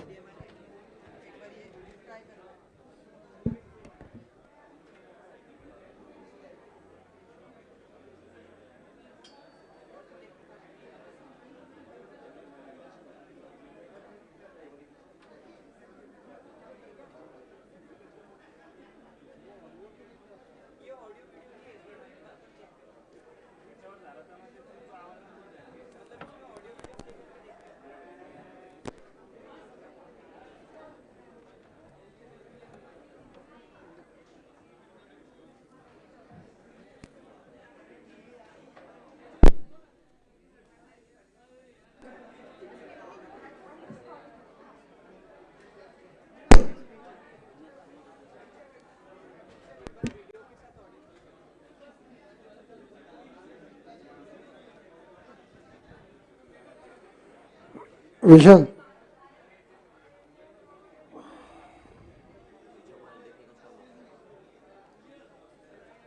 विशाल ऑडियो चेक कर ना।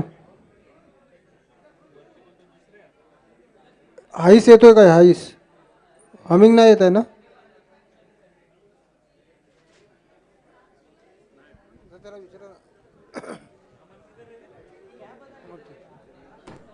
येतोय काय?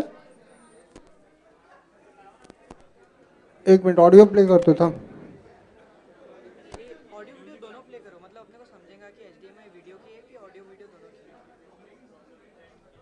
कौन सा इसमें किसमें है? ऑडियो है कि हाँ नहीं ये प्रॉमिसिंग स्कॉलर कोई भी प्ले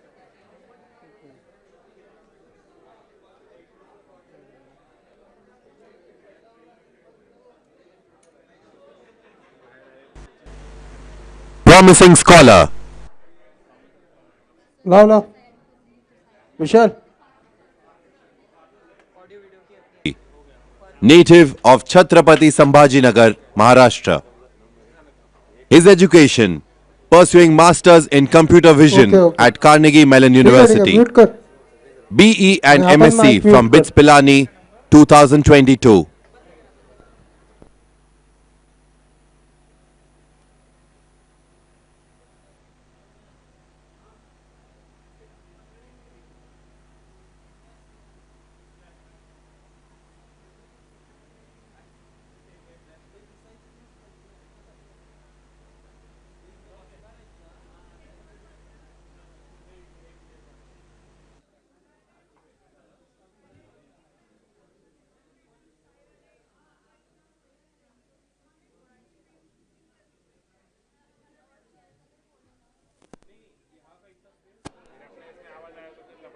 नहीं होगा वो HDMI परफेक्ट है अपनी कुछ भी टेंशन नहीं होता अपने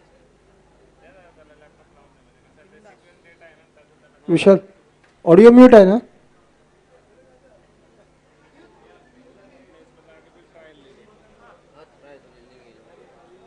Promising scholar, Rushikesh Jhawar.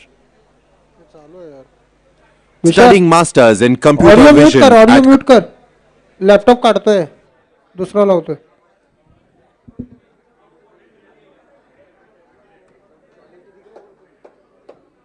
Charger पण लाव. सर्व लाव, चेक करू दे.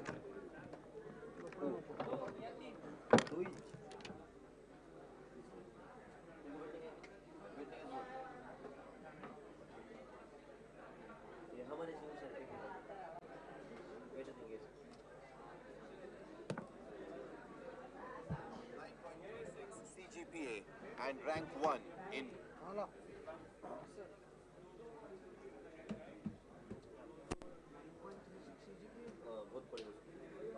HDMI कुठे आहे तुझा? कुठल्या साईडला HDMI कुठे आहे? चार्जर लाव, इथे लाव. चार्जर लाव.